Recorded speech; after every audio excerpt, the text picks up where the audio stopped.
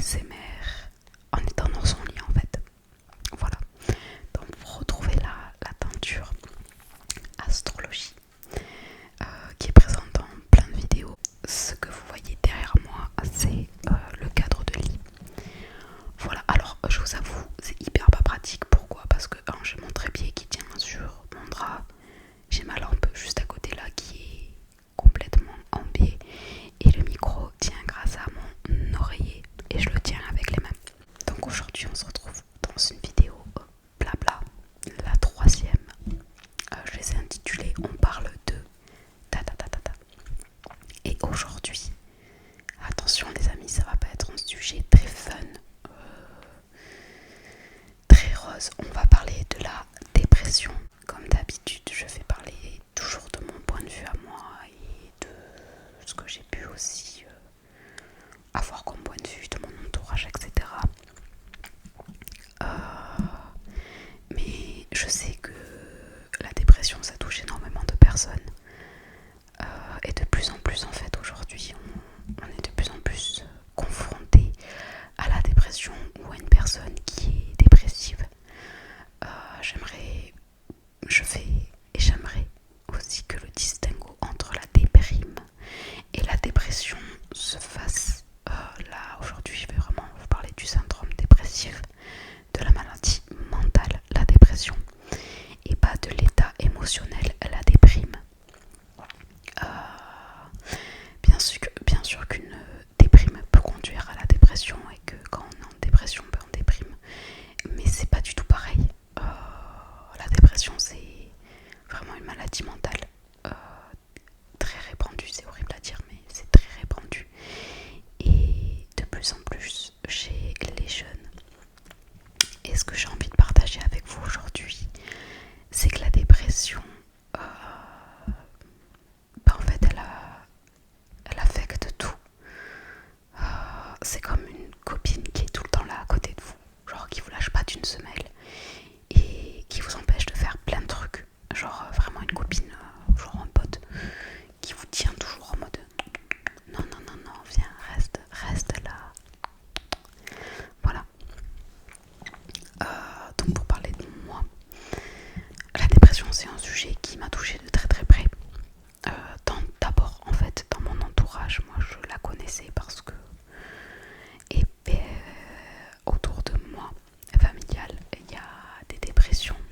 Et il faut savoir que la dépression c'est aussi un terrain héréditaire. Si dans votre famille il y a eu des cas dépressifs, vous avez plus de chances, de chance non, hein, de malchance, mais de probabilité que vous aussi dans votre vie vous rencontriez un épisode dépressif, un ou des épisodes dépressifs. Voilà, donc déjà de ça. Mais moi je la connaissais de loin en fait, pas sur moi, pas pour moi. Et j'ai eu le malheur de croiser la route de Madame Dépression, ici on va la personnifier, de Madame Dépression tôt dans ma vie.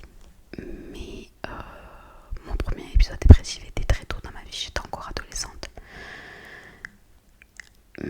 Comment dire, en fait je me la suis prise de plein fouet, comme je me suis obstinée à me dire que tout allait très très bien, etc. malgré les épreuves que j'ai vécues.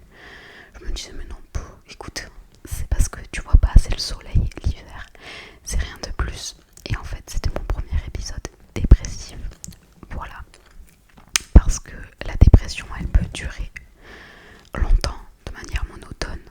En fait il y a plusieurs types de dépression, je vais pas toutes vous les faire, mais vous avez la dépression qui dure et qui est plate avec un syndrome unipolaire.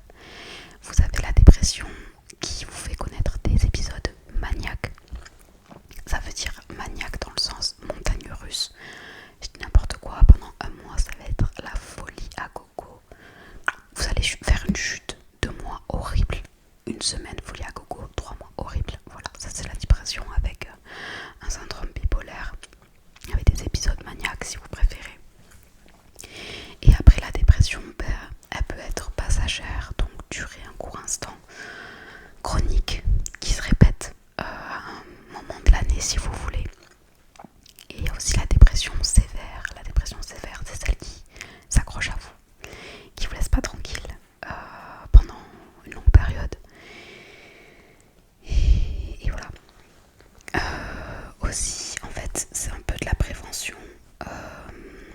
sachez que quand vous avez eu un premier épisode dépressif, vous avez plus de chances d'en faire un second, et ainsi de suite. En fait, c'est proportionnel. Si vous en avez eu 3 dans votre vie, vous avez encore plus de chances que d'en faire un quatrième, etc. Donc, moi je ne suis pas médecin, je fais partie de la team de ceux qui disent que la dépression ne nous quitte vraiment jamais. Parce que on peut toujours, c'est triste, hein, mais on peut toujours y replonger. Surtout quand on a eu des épisodes dépressifs multiples, longs, surtout longs en fait. Voilà, moi j'ai malheureusement eu l'occasion, on va dire ça comme ça, de faire un premier épisode dépressif assez court, j'ai envie de dire. Et le deuxième, il m'a mis une claque derrière la tête parce que ça faisait 2 ans que j'avais plus de syndrome dépressif. Et tout d'un coup, ma chère amie dépression m'a rattrapée et m'a dit toi en fait je vais pas te laisser tranquille. Et c'est le cas, elle m'a pas laissé tranquille pendant 4-5 ans. Et pendant ces 4-5 ans là, en fait, elle a tellement dicté ma vie. C'est ouf de se dire ça. En fait, à chaque fois je le dis, j'ai l'impression d'avoir 2 mois. Il y a moi, vous voyez, qui est quand même solaire, sociable, pas aventurière. Je suis pas quelqu'un d'aventurier, j'aime trop mon confort, mais optimiste. Voilà, j'ai su retrouver mon optimisme, mais vous voyez un peu, ouais, solaire, un petit soleil. Et puis il y a l'autre. C'est un peu comme le moi, le surmoi, vous voyez, c'est un peu pareil. Et puis il y a l'autre moi qui est complètement, j'ai pas envie de dire ça, mais genre très lunaire, très ténèbres, très épuisé de la vie en fait. C'est trop triste à dire, j'ai 23 ans et des fois je suis littéralement épuisée de vivre. Et je me dis, mais genre, va falloir que ça dure encore combien de temps en fait. En fait, c'est cette moi qui n'a plus aucun espoir de l'avenir, qui se désintéresse de tout, qui vraiment s'enferme dans une bulle, dans une bulle noire. De toute façon, la dépression, c'est pas rose, pas du tout. On peut avoir des idées complètement méchantes envers soi-même, très horribles. Et puis on boit du noir, hein, voilà. Donc, ouais. Je sais pas pourquoi c'est un peu dur de faire cette vidéo là. Je pense que c'est parce que c'est un sujet qui me tient à cœur, parce que moi je l'ai vécu, mais qu'il y a des gens qui le traversent aussi. Et quand en fait on s'intéresse un peu aux autres, on voit qu'on n'est pas seul à avoir connu tout ça. Même si les expériences de vie sont différentes, c'est fou, mais on se retrouve dans la même expérience qu'est la dépression. Donc mon amie dépression ne m'a pas lâché pendant un moment et elle a réussi. Elle a réussi son coup parce que elle a provoqué une annihilation vraiment totale de toutes mes émotions. Et si vous voulez, j'étais... En fait, à force d'avoir été très triste, d'avoir connu des émotions très fortes, négatives, je pense que mon cerveau s'est protégé et a dit tu vas plus rien ressentir. Mais quand je dis que je ressentais plus rien, c'est ni la tristesse, ni la joie, ni l'amour.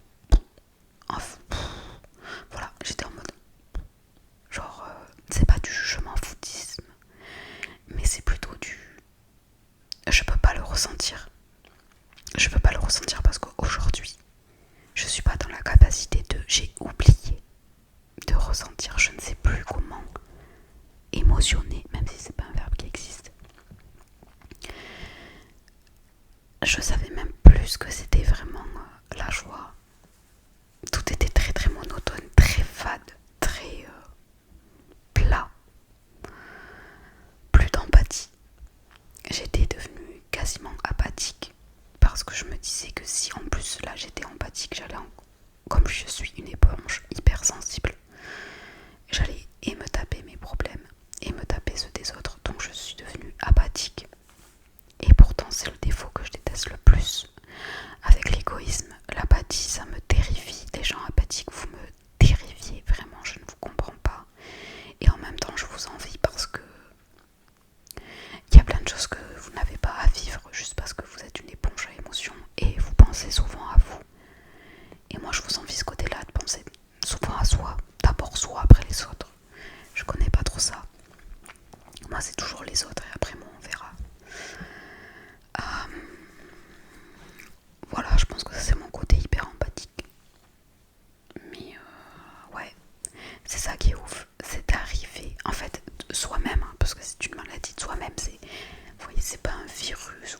faute sur un virus ou quelque chose qui nous a contaminés. C'est on se auto-contamine, on s'auto-bouffe, on s'auto-détruit. C'est quand même ouf. Alors que c'est le cerveau, c'est le mental, c'est le cerveau. Je sais aussi que la dépression c'est chimique hormonalement aussi. C'est pas que dans le cerveau, c'est pas que neuronal. Mais c'est ouf d'arriver à annihiler ce qui fait pour moi l'essence même de la vie. Pour moi, l'essence de la vie en fait c'est ressentir. Pour moi on a envie parce qu'on sait ressentir, on ressent tout un panel d'émotions différents, on expérience tout un panel de choses.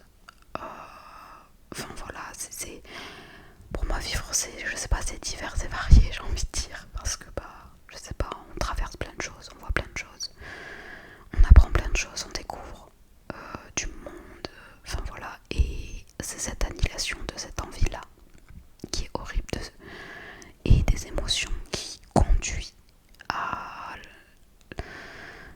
la destruction de l'envie de vivre, tout simplement parce que pourquoi vivre quand on ne peut plus ressentir, quand juste on boit du noir, quand juste on voit des méandres en fait. Il n'y a plus de sens, il n'y a même plus cette envie de combativité,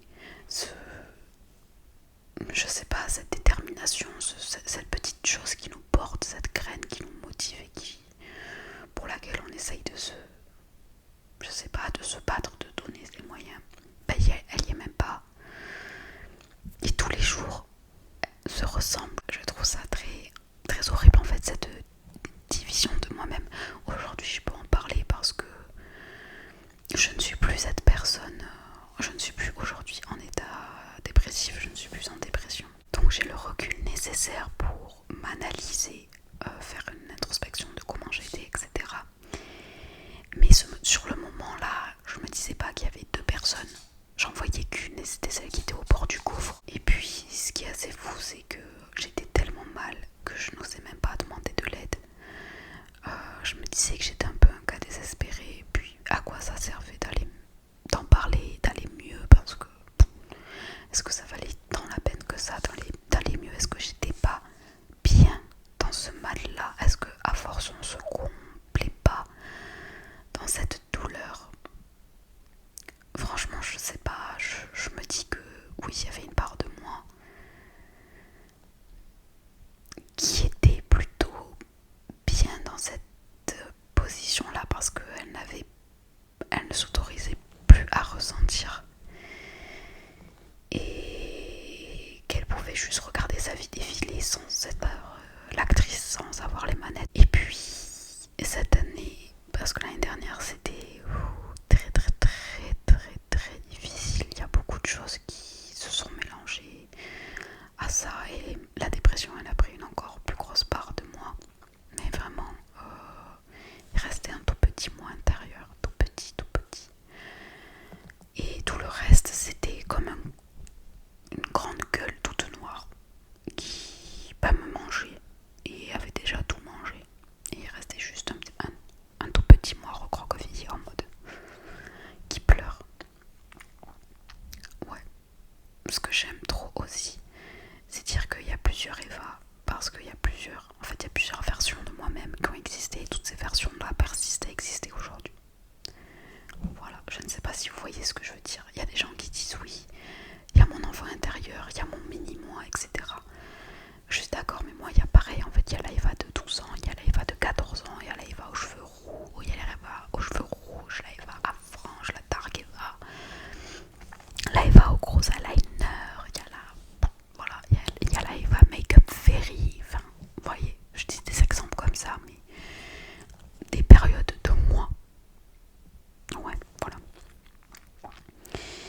Et en fait, c'est comme si toutes ces périodes de moi, c'était genre mises ensemble pour me dire, ok, là, aujourd'hui, cette Eva-là, il faut absolument que tu te bouges et que tu te sortes de ce cercle infernal, en fait. Sors-toi de ce cercle infernal, tu en es capable, tu n'en peux juste plus. Ça t'a tout, en fait, ça a tout détruit autour de moi, ça a détruit des relations sociales parce que j'étais pas capable aussi d'être une bonne amie.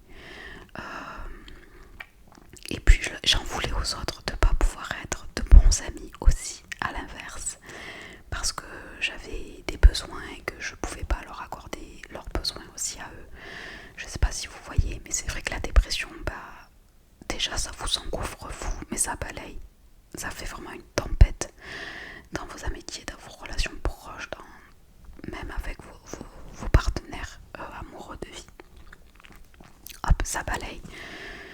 Donc, et en plus en fait ça rajoute une dose assez pas facile parce que j'étais en dépression, j'ai perdu des amitiés sur lesquelles en fait je comptais tellement, mais je ne pouvais pas les entretenir.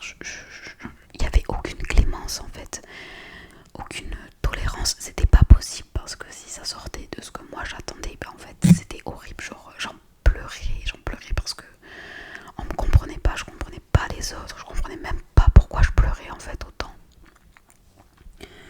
Donc en fait ça te fait te perdre toi, t'oublier toi, ça te fait te perdre un cercle social. Et moi ma dépression, j'en ai parlé de toute façon dans la vidéo de l'amour, elle a aussi mangé ma relation, mon ancienne relation de 6 ans amoureuse. En fait elle était là, c'était la troisième personne, c'était mon mal-être.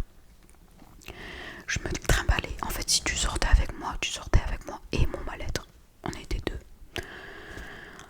Et après en fait ça mange votre confiance en vous, donc ça mange la confiance que vous portez à l'autre parce que vous allez vous dire mais il va me tromper, etc.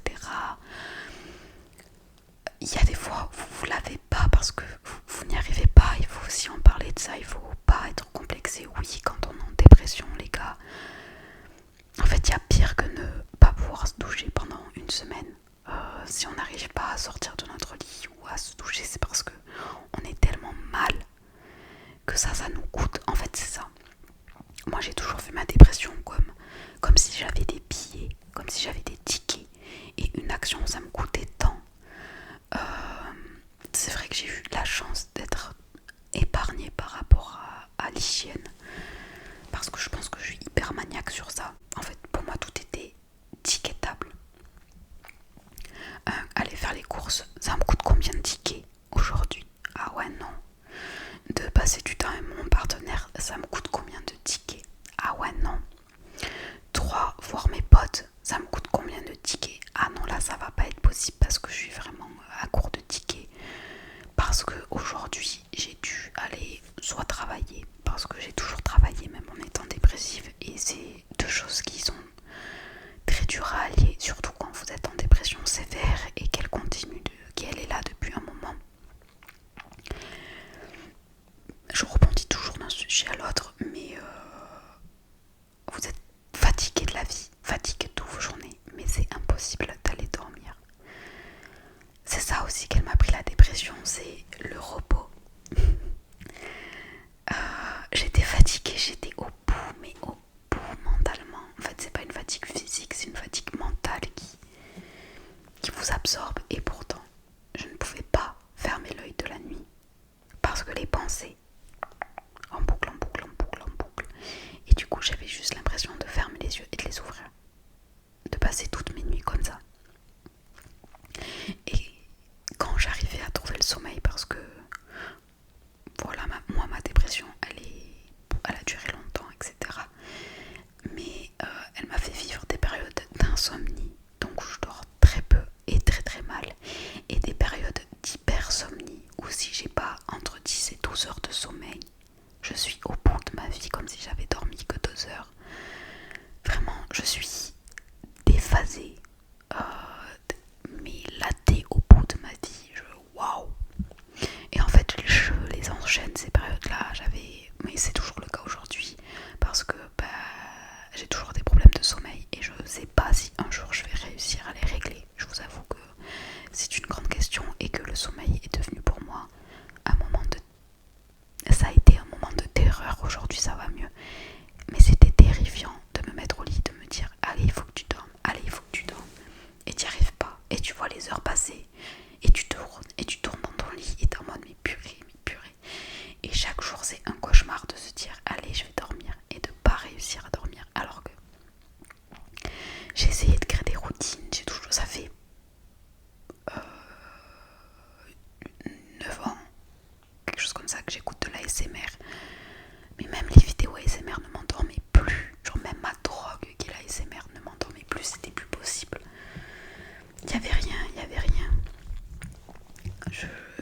En fait, je m'endormais d'épuisement mental, mais ça pouvait prendre la semaine pour que mon corps me dise ok, là tu déconnectes et bim, je m'endormais mais comme une massue.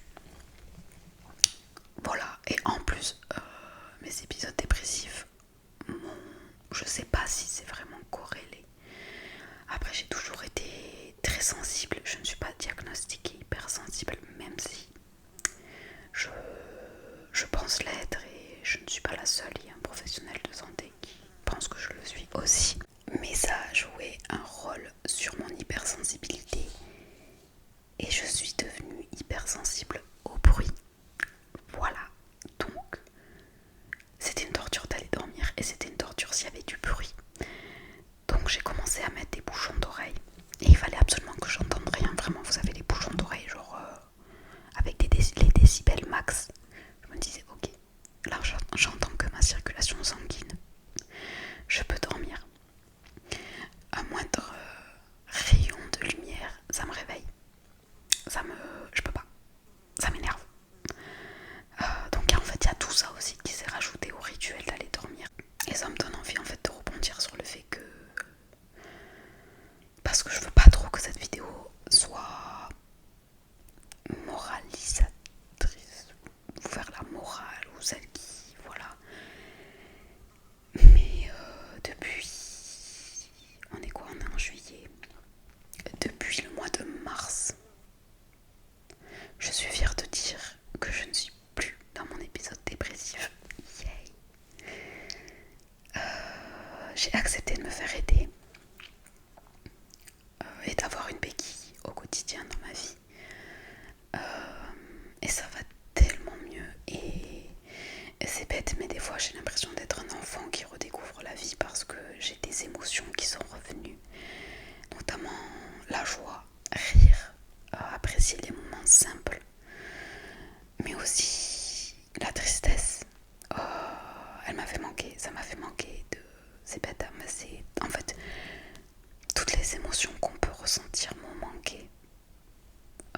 Que ce soit des émotions négatives ou positives, ressentir m'a manqué et aujourd'hui je ressens, même si des fois mes émotions elles sont énormes parce que je suis une hypersensible et que des fois elles sont très démesurées et qu'on me dit non mais t'es drama queen en fait à fond.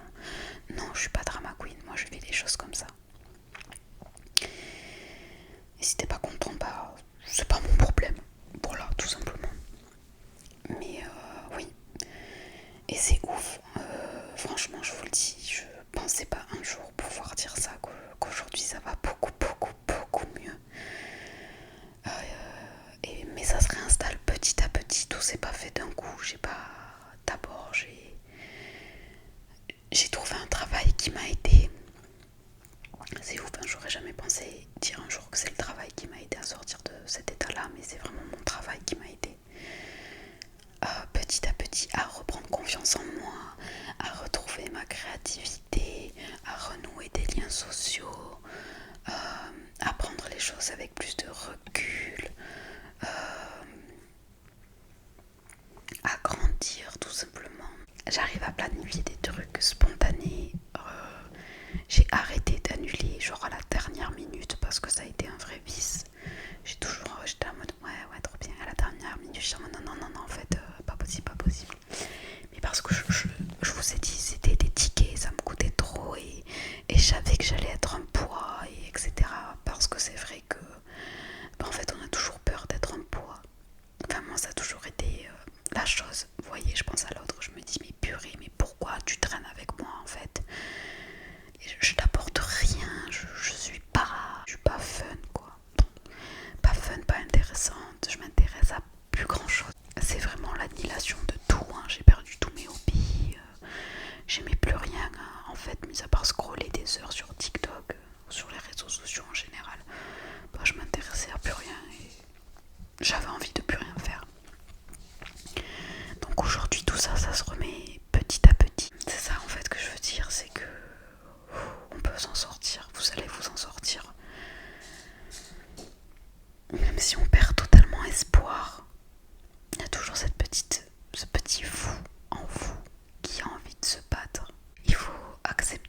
s'aider un soi-même et d'être aidé. N'ayez pas honte, il n'y a pas de honte à être aidé.